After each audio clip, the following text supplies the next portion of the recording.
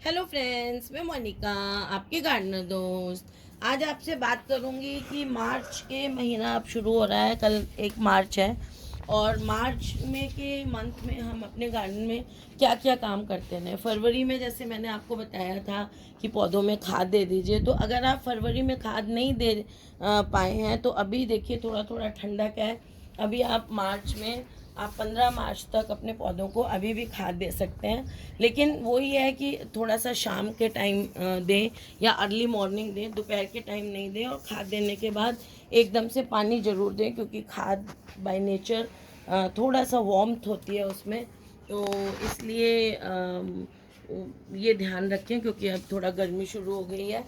और अभी भी जैसे हमने फरवरी में किया था, और अभी भी ये जो पत्तों के जो सूख रहे हैं पत्ते, और इन सबको हटाते रहें पौधों के।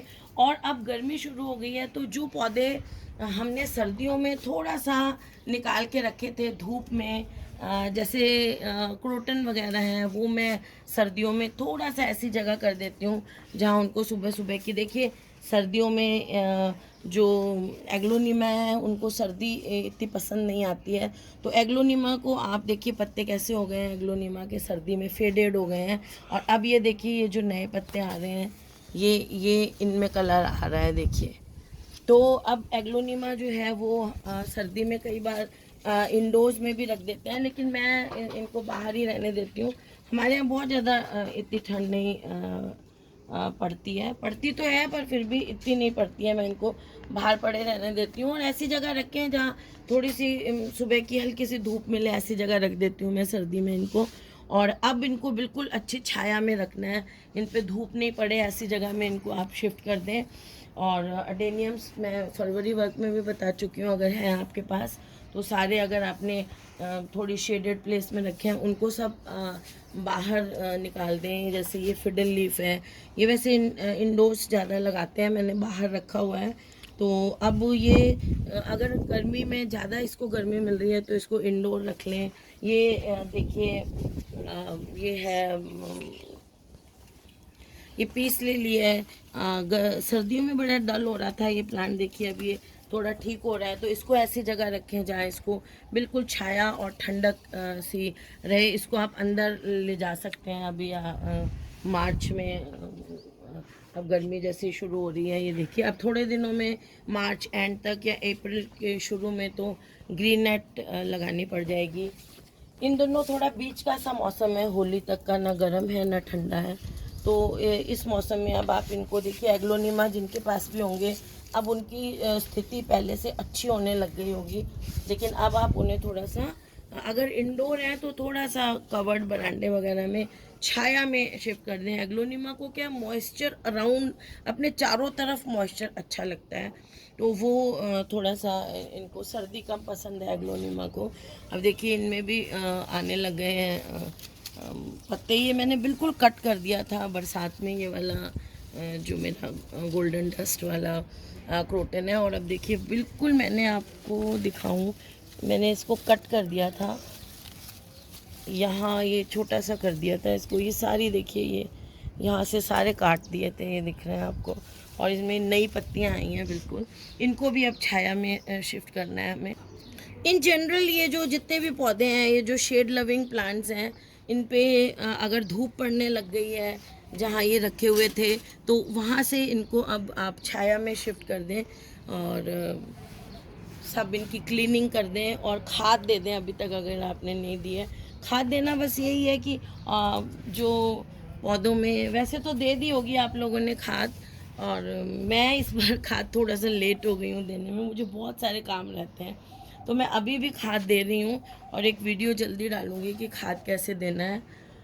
और फिर आप बीज वगैरह लगा लिए होंगे, फरवरी में लगा लेने चाहिए थे आपको, अगर नहीं लगाए तो अब भी लगा लें। देखिए मैं आपको दिखाती हूँ, मैंने कुछ फूलों के बीज लगाए हैं, देखिए कुछ ये लगा लिए हैं। इसमें आप सनफ्लावर लगा सकते हैं, ये देखिए ये टूट गया एक पौधा ऊपर से।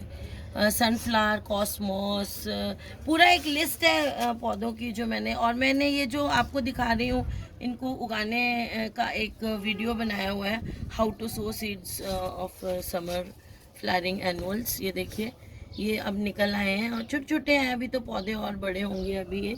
और इनको क्या करना है, शुरू में छाया में रखना है। और अब देखिए जैसे मैंने थोड़ा हल्की सी धूप वाले एरिया में शिफ्ट किया है, जहाँ पर इनडायरेक्ट ब्राइट लाइट इन पे अच्छी पड़ रही है। और थोड़ी देर में इन पे अभी धूप भी आएगी, 1-2 घंटे की धूप भी आएगी, ताकि ये लैगी नहीं हो। अगर बिल्कुल छाया में पड़े रहेंगे तो ये लैगी हो जाते हैं। और आपने सीड्स नहीं लगाए हैं तो अभी भी लगा सकते हैं, और लगा लिए हैं तो जैसे अभी अगर ट्रू लीफ आने लग गई है और असली पत्तियां आने लग गई हैं और इतने बड़े बड़े आपके पौधे हो गए हैं, तो उनको ट्रांसप्लांट करने का भी टाइम है। उसको अभी आप ट्रांसप्लांट भी कर सकते हैं।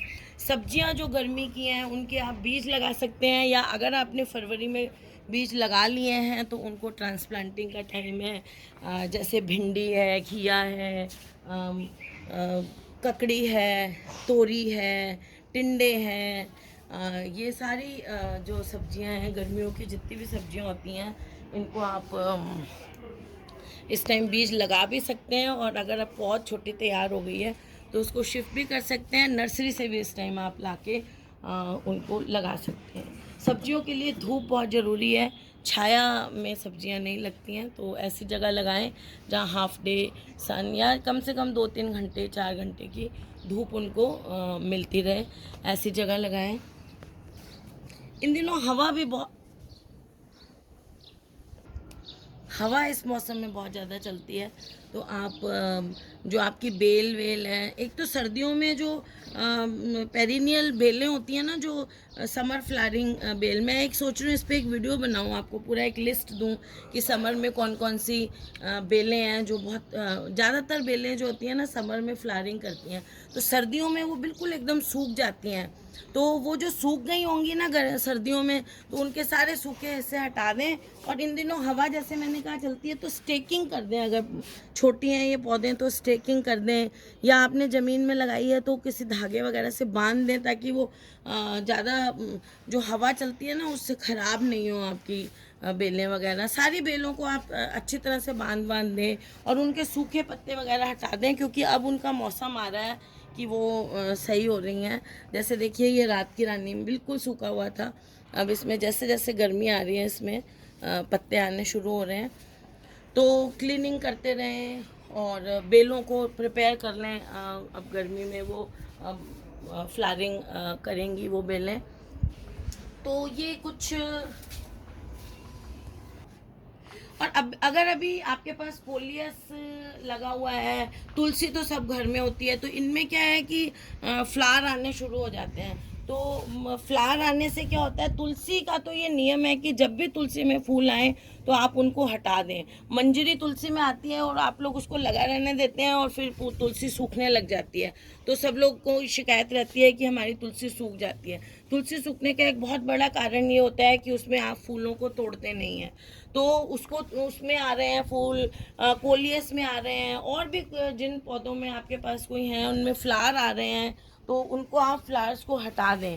तो क्योंकि अगर फ्लावर्स आ गए तो आपका पौधा जो है वो इसमें, जिनमें अब आने शुरू हुए हैं फ्लावर्स, जैसे इसका मौसम है, इसके नहीं हटाने हैं हमें फ्लावर्स, क्योंकि इसकी ग्रोथ फ्लावर्स से हटती नहीं है। ये ऑक्सैलिस है, ये इसका मौसम है। ये गमला बिल्कुल खाली हो गया था सर्दियों में, पूरा डिसअपियर हो गया था ये प्लांट, और जैसे जैसे ये गर्मी आई है इसका ये मौसम है, इसके ये नहीं हटाने हैं। लेकिन जो पेरिनियल, या मैं जैसे कोलियस कह रही हूँ, तुलसी कह रही हूँ, स्पेशली कोलियस अगर आपके पास है तो उसको फूलों को मत आने दें। कोलियस के फूल तो कभी भी मत आने दिया करें आप, क्योंकि तोड़ते रहा करें, जैसे फूल आएंगे वो पौधा पत्तियाँ बनाना कम कर देगा। तो इस चीज़ का आप ध्यान रखें। अगर ऑक्सैलिस है तो इसके मत हटाएं, इसके फूलों का मौसम है, इसके फूल आ रहे हैं इस टाइम, तो ये काम कर लें। और थोड़ा बहुत जो कटिंग्स लगा सकते हैं वो लगा लें। और स्पेशली अब मैं सर्दी के पौधों की कटिंग्स ऐसे फरवरी में बहुत अच्छी लगती हैं, लेकिन अभी भी लगा लें। सर्दी के पौधों की बात करते हैं हम। अगर आपके सर्दी के पौधे मैच्योर हो गए हैं और ज़्यादा गर्मी पड़ने लग गई है और उसमें बीज आने लग गए हैं, तो ये देखिए, ये इनको तोड़ना है ऐसे आपको, अब आने शुरू हो गए होंगे। और कोलियस के साथ और हमें समर में क्या करना है, इस पर मैं वीडियो भी 1-2 दिन में डालूँगी आपको। और जैसे ये पौधों में इनमें फ्लावरिंग होके जब फ्लावरिंग होनी हट जाएगी, और अभी भी आप ऐसा कर सकते हैं कि अब इनको बीज के लिए जो है पौधों की डेड हेडिंग करना छोड़ दें। फूलों की डेड हेडिंग मतलब सूखे हुए फूलों को हटाना छोड़ दें, मुरझाए हुओं को, और धीरे धीरे इनमें जब बीज बनने शुरू होंगे, बीज के लिए प्रिपेयर करना शुरू कर दें अब अपने पौधों को। मैं आपको हमेशा कहती हूँ कि पहले डेड हेडिंग करते रहो ज़्यादा फूल लेने के लिए, लेकिन एंड में अब मार्च में जब गर्मी बढ़ने लग गई है, अब इनका लाइफ साइकिल कंप्लीट हो रहा है, तो अब आपको क्या करना है, ये देखिए मैं दिखाऊं, ये जो मैंने पौध लगाई थी ना वर्बीना की, इस बार थोड़ा देखिए ये बीमार पड़ने से थोड़ा सा लेट हो गई। देखिए अब वो जो मैंने पौध लगाई थी वो पौध वाले फ्लावर्स अब खिल रहे हैं। ये देखिए यहाँ ये पौध लगी हुई है, ये घर की पौध के हैं लगे हुए, इतने खूबसूरत लग रहे हैं। तो अब जो है उनको आप अगर आपको पता चल रहा है कि अब इसमें बहुत फूल आ गए हैं पौधे में, और फिर लास्ट वाले फूलों को अब आप छोड़ दें, जैसे ये है, इनको तो वैसे भी डेड हेडिंग नहीं की जाती। एलाइसम में डेड हेडिंग नहीं की जाती है क्योंकि एलाइसम के फ्लावर्स पूरे एक साथ सूखते हैं सारे पौधे के, तो इसमें डेड हेडिंग की ज़रूरत नहीं होती है। मेरे एक व्यूअर हैं, वो कई बार पूछ चुके हैं, मैं बताना भूल जाती हूँ। एलाइसम में ऐसा कोई डेड हेडिंग की ज़रूरत नहीं है आपको। तो एलाइसम अब छोड़ देंगे हम, 10-15 दिन बाद ये तैयार हो जाएंगे बीजों के लिए। तो बीज के लिए अब आप डेड हेडिंग करना छोड़ दें, ताकि अब हमें ये देखिए जिप्सोफिला हैं, देखिए कितने प्यारे लग रहे हैं। ये बुकेज वगैरह में ना रोज़ के साथ बहुत मिलते हैं। और वो देखिए अब की मेरी लिलीज थोड़ी ख़राब हो गई हैं, तो ये ओरिएंटल लिली का एक ज़्यादा हेल्दी फ्लावर नहीं है, खिला है। ये एशियाटिक जैसे ही होता है, बस इसमें थोड़ा सा खुशबू आती है। तो अब देखिए नास्टुशियम में भी बीज बनने शुरू हो गए हैं। तो अब बीज बनना शुरू हो गए हैं पौधों में, तो आप बीज कलेक्ट करें, डेड हेडिंग नहीं करें। देखिए ये बीज जैसे बनना शुरू हो गए हैं, इन बीजों को अब हमें कलेक्ट करना है। और फिर जब ये बीज कलेक्ट करके ये पौधे विंटर वाले सूखने लगेंगे थोड़े से, तो इन्हें हमें फेंकना नहीं है, इसको आप कंपोस्टिंग में डालिए। अगर आपके पास ज़मीन है तो गड्ढा खोल के इनको उसमें डाल दीजिए कंपोस्टिंग के लिए। ऊपर से थोड़ी सी छाछ डाल दीजिए, थोड़ी सी मिट्टी मिक्स कर दीजिए इसमें, और सूखे पत्ते थोड़े से मिक्स कर दीजिए, तो आपकी कंपोस्टिंग में इसको आप डाल सकते हैं।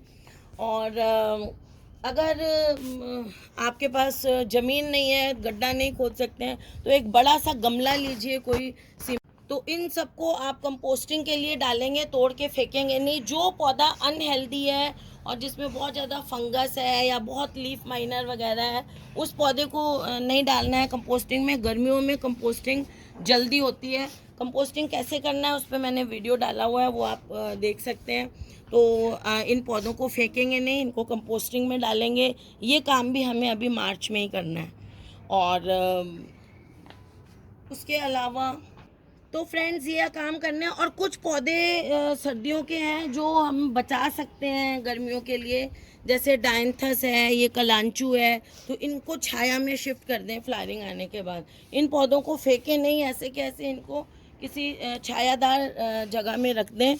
जिरेनियम है, इनको आप छायादार जगह में रख दें, ताकि ये हमें नेक्स्ट सीज़न के लिए हमारे बच सकें। मैं इस पे भी एक वीडियो डालती हूँ कि किन किन पौधों को हम सर्दियों के लिए बचा सकते हैं, तो कल परसों एक अलग से वीडियो डालूँगी। तो ये सब मार्च में करने वाले काम हैं अभी इन दिनों, तो इनको आप कर लें। फिर नेक्स्ट मंथ में तो ग्रीन नेट लगाएंगे, वो मैं दिखाऊंगी, हम भी लगाएंगे ग्रीन नेट। तो फ्रेंड्स अगर आपको ये वीडियो अच्छा लगा तो इसे लाइक करिएगा, शेयर करिएगा और मेरे चैनल को सब्सक्राइब करिएगा। Okay friends, bye. Leo bye बोलो, बाय।